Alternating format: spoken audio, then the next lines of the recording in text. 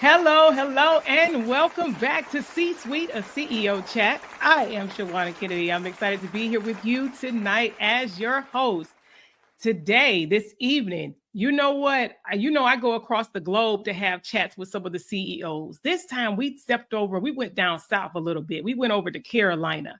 I'm excited because my CEO today is none other than Miss Andrella Pusha. She is a 20-year retired nuclear engineer, naval nuclear engineer. I'm excited to say, look, it's as if I did it. I'm proud to know that she is one of less than 10 women to have ever been holding the position as a chief petty officer. Help me welcome to C-Suite a CEO chat platform, Miss Andrella Pusha. Hey, Andrella, welcome. Hello.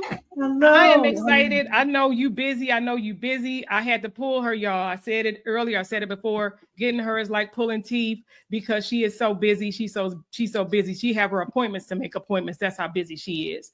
This young lady is known in the commercial sector for real estate. She not only is a 20-year retired, yay, thank you for your service. And the things, and then to know that you are one of less than, 10, 12 African-American females to hold the position, and you're a nuclear engineer. That's bad. That's some good stuff right there. When you hear people say that, because I know y'all, she try to be humble. When you hear people talk about your rank, if you will, 20 years and being a nuclear engineer, how does that make you feel though to hear other people say it? Well, first it's exciting, right? To hear other people say it. And then I have to remember, they're talking about you. It's so crazy. One time, there was a couple years in my life when I was the only Black female nuclear engineer, chief petty officer in the entire Navy. And it was a heavy weight. I would definitely say, when you realize people are reaching out to you because you're going to that command next, you're going to that ship. And I'm like, how did you guys know? Like, I just negotiated my orders. And my friend, she was like, oh no, like, did you look at the demographics? You're the only one left right now. And I was like, oh, well, okay. So I joined to do 6, and before I knew it, 20 had gone by. And I'm like, wow, what happened to my life? It was definitely an honor to serve, and I can't take it back. I wouldn't change it for the world. Well, I love it. You make me proud. You make me hippopotamus happy. It was as if I was there with you, knowing that those are the things that you got to do, that you chose to do it. I love smart people, y'all. I love smart people. And this young lady is definitely one of them, and do not fall short for the things and the knowledge that she has. But this is C-Suite. We get to talk about the good, the bad, and the sometimes ugly of what it looks and feels like to be a CEO. So, Miss Andrella, when we think about you being out here in this commercial sector, we know people sell homes all over the globe, but then when you go into the commercial side, that is a totally different field. That's a different beast all in itself. What made you even want to do that? How did you get in there? What's that why for that? So I have had to answer this question quite a bit lately. So you'll see me navigate through some things. But like when I was still active duty military, I was probably around my 15, 16-year point, and I got into investing. And I already knew that when I got out, I did not want to be a nuclear engineer. The civilian counterpart job makes good money, but it's rotating shift work. And so considering that I needed to be the CEO of my life and being a mom, going into shift work just was not even an option. So I knew I needed to take everything that I'd learned, my skill sets, everything that God had blessed me with, and create something that I would be happy with. And I wanted to get into development. Like, I want to develop communities. But in Charleston, South Carolina, I did not see a clear path. I didn't see anybody that looked like me doing it. I didn't, even a lot of the firms, are family owned. They've been very tight knit for so many years. And in the military, we move every 3.5 years. So every 3.5 years, I might be here but everything that I'm going to do, everything I'm going to learn is going to help me for the next place. So I said, if I start on the sales side and then branch into development, it would only make sense. And so I started at a residential firm, a small boutique firm. And from there, I went and I started doing commercial work with commercial clients. And I am very proud to say that I didn't even know how to just come in and sell houses. I immediately got into some leadership roles. And so I'm very proud of the work that I do on the local board of directors and at the state level board of directors level. But next year I started developers program. So I am a few years into the industry, higher than most probably even understand.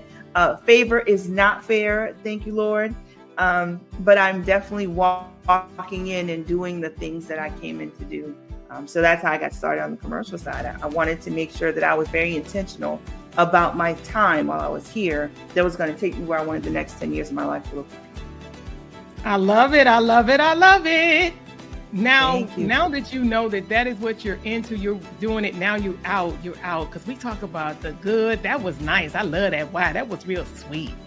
Let's talk about sometimes how it can be a little tough though.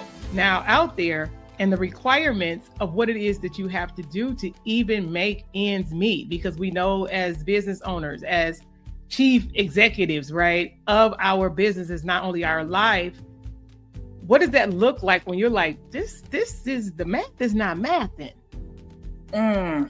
Some days it's ugly. You know, a lot of people get into real estate because they see the shows like Selling Sun, I think it's like Sunset or something like that. Yeah, I don't watch a lot of TV. I'm a nerd at heart. But like a lot of people get into real estate thinking that it is all peaches and cream. On the commercial side, it is very, very different because it's numbers, it's factual, it's about helping people find a home for their business. So a lot of times, most of the work I do is helping on the business side, just not walking people through a property. And when I first started taking on commercial clients, I remember talking to someone that had been doing commercial real estate for decades. And I remember asking him, like, what were some of the challenges that he faced? Because I believe in mentorship. Sometimes a mentor might find you, but it's always important to go out and get your own mentor. Sometimes you have to pay for them, sometimes you don't, right? And so I asked one of the folks that was mentoring me at the time, like, what were some of the challenges that he faced? And he said, before you transition over, make sure that you can go 18 to 24 months without income. How did that hit you? Well, because I'm military and retired, I said, oh, okay, I can manage that. I can go 18 to 24 months because 20 years of service, thankfully, and it's a blessing to be able to wake up and know that I make some people's salary by the grace of God because of what I did for 20 years. That's a safety net that I know that it's not common, right? So while God said, hey, okay, well, you did your part. Now go do what I told you to do. Go help these small business owners.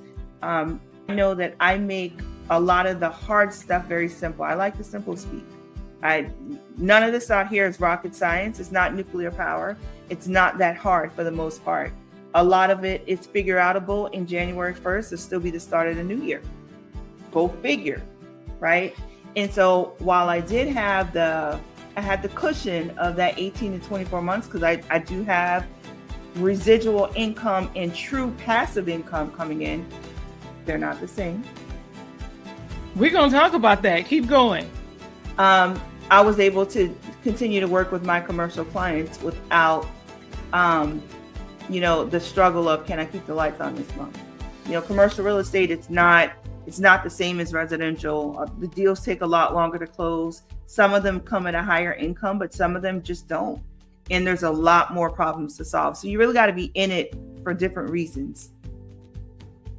Yeah, I like where you were about to go into that. So help someone who might have even have an interest to get into this line of work, where you talked about even the residual and the passive to help them get even a better understanding. Because, sometimes depending on what sentence is put in, they can seemingly be the same. So help us. Okay, got it. I love real estate talk, right? And helping people is, after a while, it becomes a way of life. You can't turn it off, right? So when people think about residual income, they think about things like in real estate, they think about, oh, if I'm a landlord, then that's passive income. If you still have to work for it, is it passive? There are folks right now that are landlords that are struggling with, I got this tenant, I got this problem, this store just went, and now I got to deal with all of these different issues, and I got to pray that the people don't tear my house up. That is not the same as mailbox money that comes in. That military retirement check, that is passive income. That is the money that comes on the first when I wake up. It's just there. I did a thing at one point or period of my life, and it keeps on coming. Now, there are very much passive streams of income in real estate. That might need to be a whole nother talk in itself, right? But like, there's passive streams of income where there's even levels higher than being the landlord, where the money comes without you having to fight for a tenant.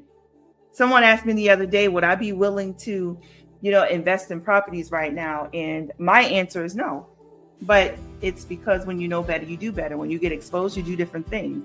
And in real estate, there's so many different levels of where to create income, where to create space for yourself, and how to grow and do investments. And I'm just not willing to look back. But passive and residual are not the same. Residual is, it's coming, and oftentimes there's some work that has to be done in order to keep it going. So I love that. Thank you for that explanation. When I look at you as a leader, though, you being in that position and you then having to deal with your counterparts, right? Because we know you're a female. It is what it is. What does that look like when you encounter, when we talk about sometimes it could be ugly because of some people potentially may want to prefer to even work with a man versus a woman, right? You already know what we're dealing with right now in the world. Have you had to deal with that, and how did you deal with it? Even if it's not in life, when you had to run into a case where they clearly would prefer a male versus you being a female. That's a good question. Because of my background, where, we've talked about my background, where I told you I was exposed to a wealthy side of my family and to a not so wealthy side of my family because of the schooling that I had. Academic Magnet High School is still one of the top 10 magnet high schools in the country. That's the school that I went to, and I graduated in the public sector of it for my last year. So I know what it's like where rooms where nobody looks like me, and I know what it's like to be in rooms where everybody looks like me. And after 20 years in the military, where I'm in a field where nobody looks like me, because nuclear engineering field in the Navy is not diverse at all. And after a while, I started running the room. So I might walk in a room and nobody looks like me, but pretty soon I'm the person head of the room.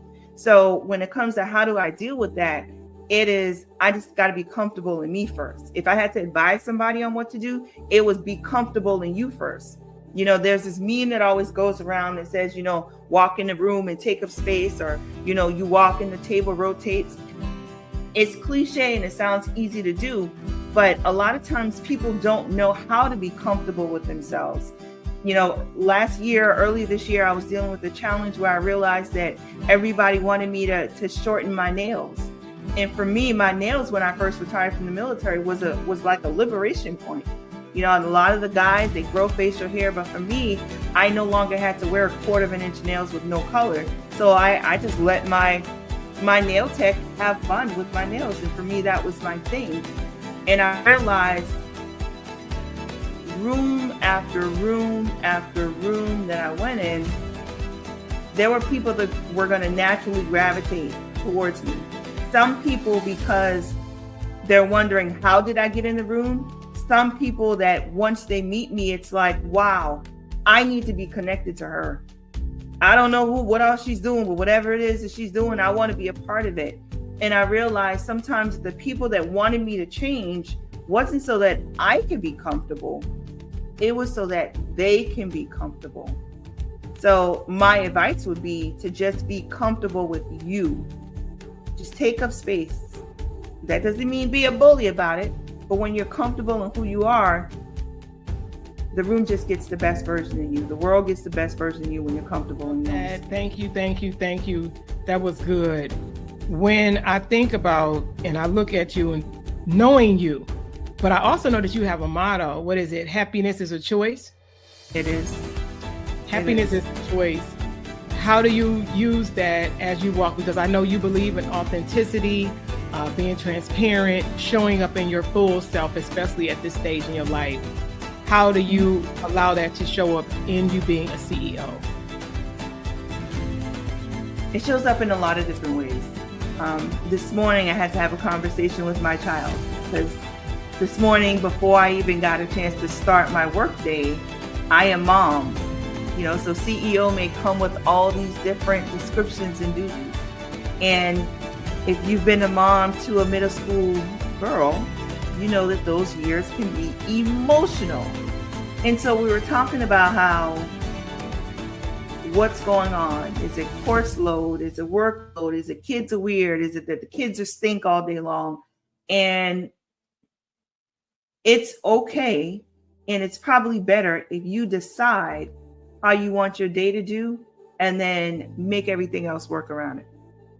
There's too much in the world that's going to come up. There's too many challenges that are always going to be thrown your way. Like God doesn't get to sit me down to the table and say, hey, little girl, let me tell you how to learn and do X, Y, and Z so you can serve all these different people that I need you to serve.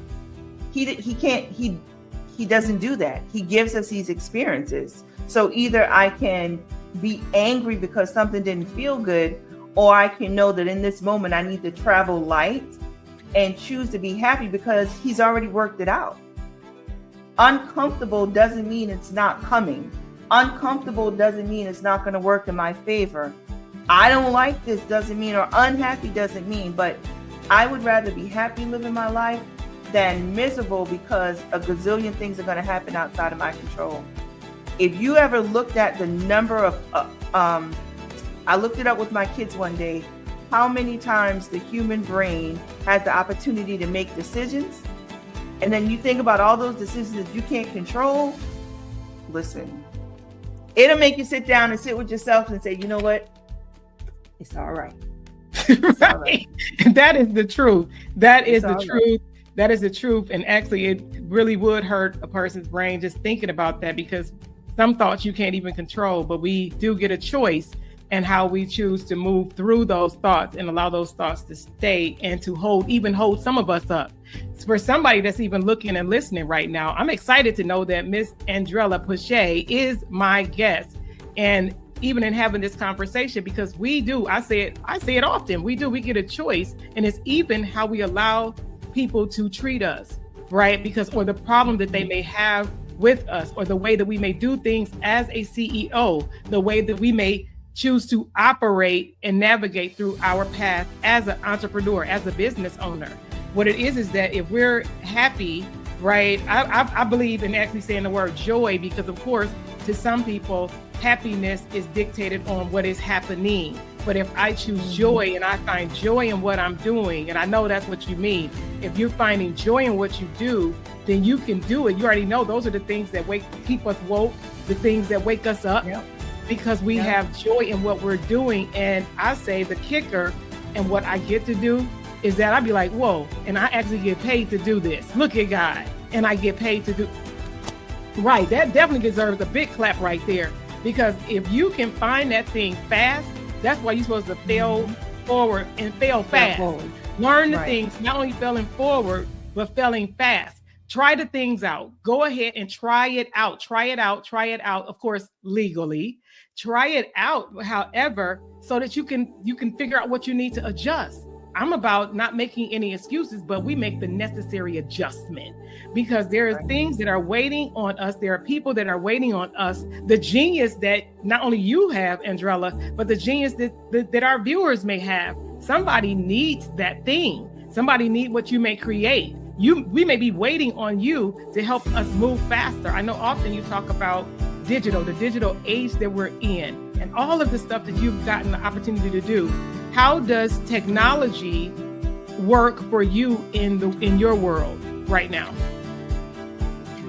One of the ways that it's working is it speeds up everything that I do.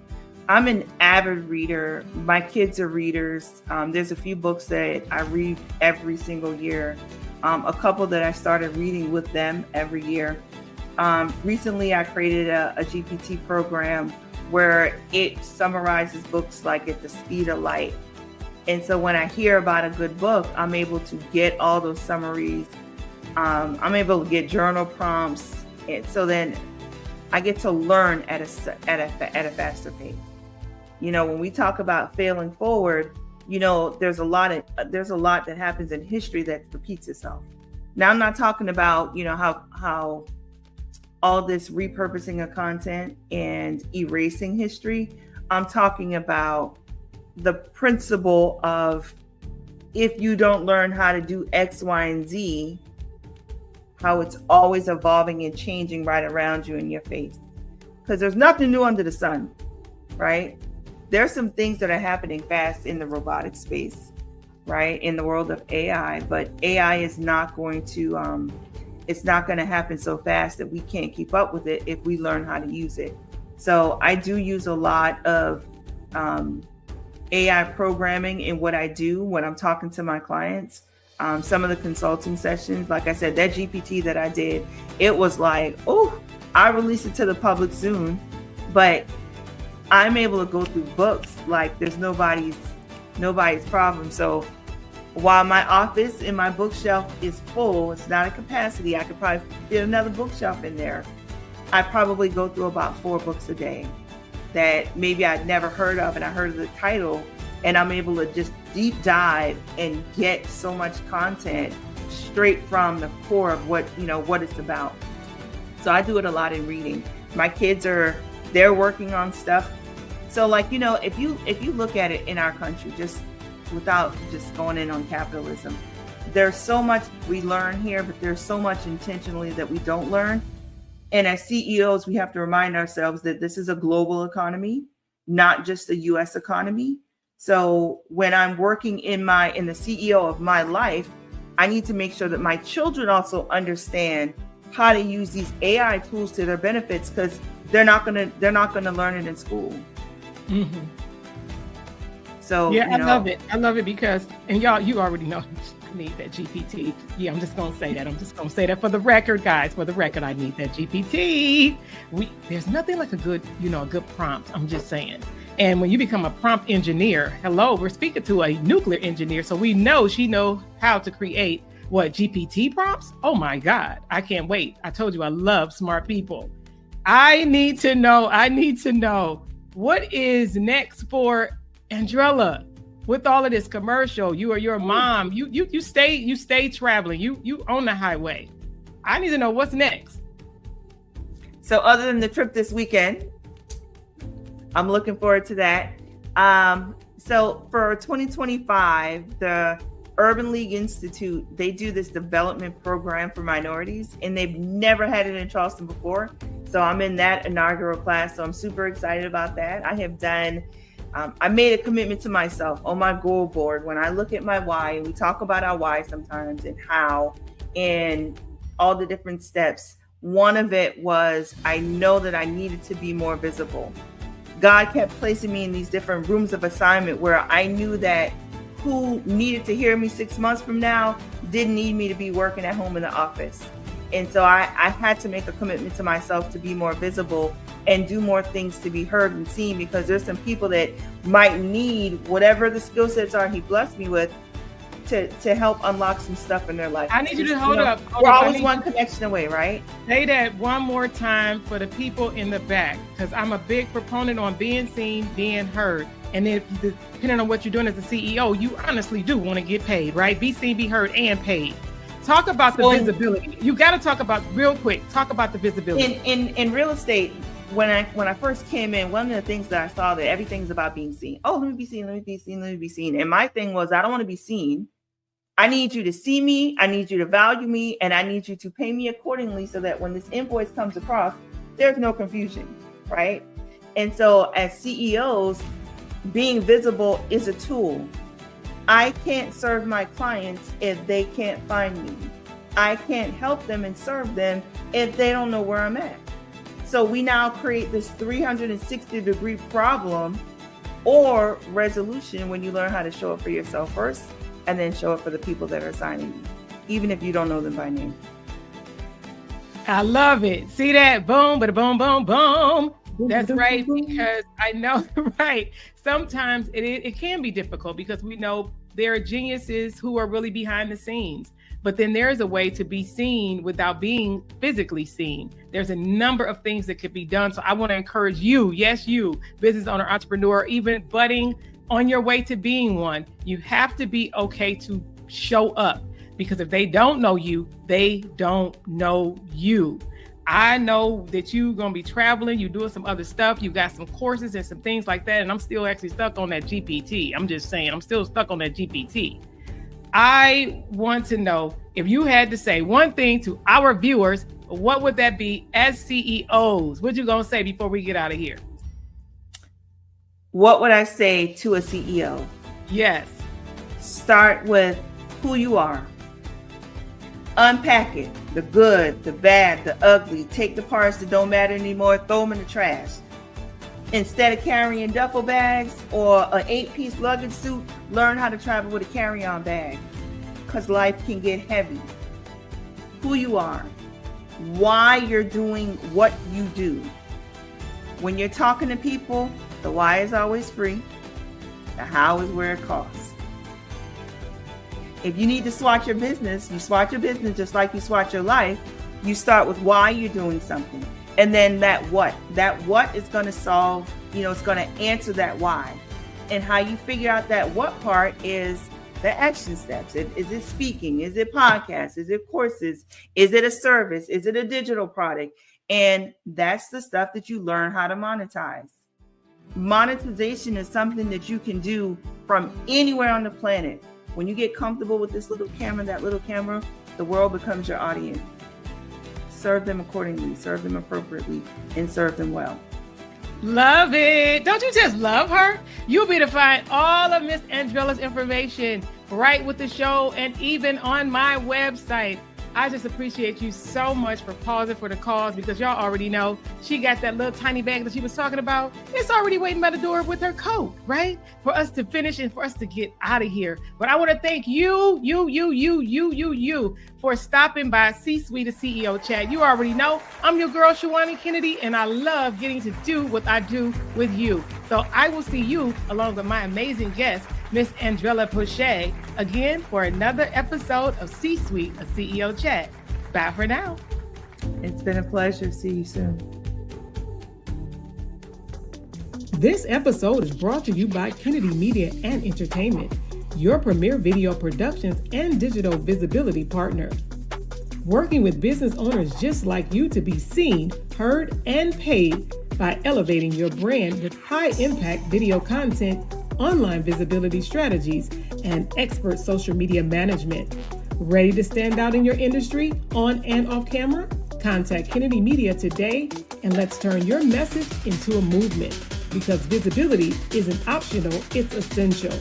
Contact KennedyMediaLLC.com, KennedyMediaLLC.com, and let's boost your brand's visibility. It's time for you to be seen, heard, and known for your expertise. Contact us today.